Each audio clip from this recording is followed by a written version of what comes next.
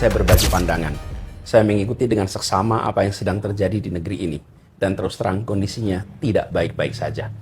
Rupiah jatuh ke titik terendah sepanjang sejarah. Harga-harga naik, kesempatan kerja menyempit, daya beli rumah tangga melemah, tabungan tergerus. Dan ini berdampak pada hajat hidup orang banyak. Tantangan di depan juga masih panjang. Geopolitik yang memanas, konflik membayang di Timur Tengah. Dan para ilmuwan mengingatkan El Nino terkuat dalam sejarah pengamatan itu sudah ada depan mata. Satu ujian saja berat, saat ini beberapa datang bersamaan, maka beratnya berlipat. Dalam situasi seperti ini, yang paling dibutuhkan pasar dan publik adalah satu hal, kepastian. Bukan ketenangan semu, bukan masalah yang ditaburi gula-gula, tapi kepastian yang lahir dari transparansi dan kejujuran. Dari arah yang jelas, dari pemerintah yang tahu akan kemana negeri ini dibawa. Sayangnya, itu yang justru tidak kita dapatkan. Data dipilih-pilih, hanya yang baik yang ditampilkan, yang buruk disembunyikan. Komentar pejabat soal situasi serius sering terdengar enteng bahkan bercanda. Kebijakan berubah-ubah, hari ini begini, besok berbeda. Pasar bingung, publik bingung, investor menahan diri, bahkan sebagian kabur. Keteladanan juga tidak hadir. Di saat rakyat diminta berhemat mengencangkan ikat pinggang, pemerintah justru sibuk dengan hal-hal yang bukan prioritas. Pemborosan di atas, pengetatan di bawah.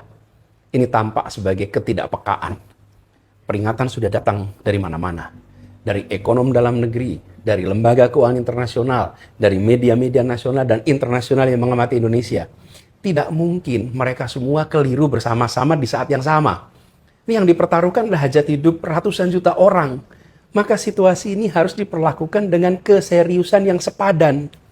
Oleh karena itu saya mengajak kepada pemerintah, berhentilah memberi obat tidur kepada publik. Buka data apa adanya. Sampaikan masalah dengan jujur. Berikan arah kebijakan yang jelas dan konsisten. Pimpin secara solid, ajak, dan dari atas sampai bawah. Itu yang menenangkan pasar, dan itu yang akan menenangkan rakyat. Lalu pada teman-teman semua, bersiaplah. Suka tidak suka, masa-masa berat masih ada di depan kita. Tekanan ekonomi belum reda, cuaca ekstrim akan hadir dan menerpa, dan dunia di luar sedang bergolak. Tentu kita tetap harus optimis bahwa kita akan bisa melewati itu semua. Asal kita berjalan dengan mata terbuka, bukan dengan ilusi yang dibuat-buat. Kita pasti bisa, tapi syaratnya satu, serius. Mari kita serius mengurus bangsa ini.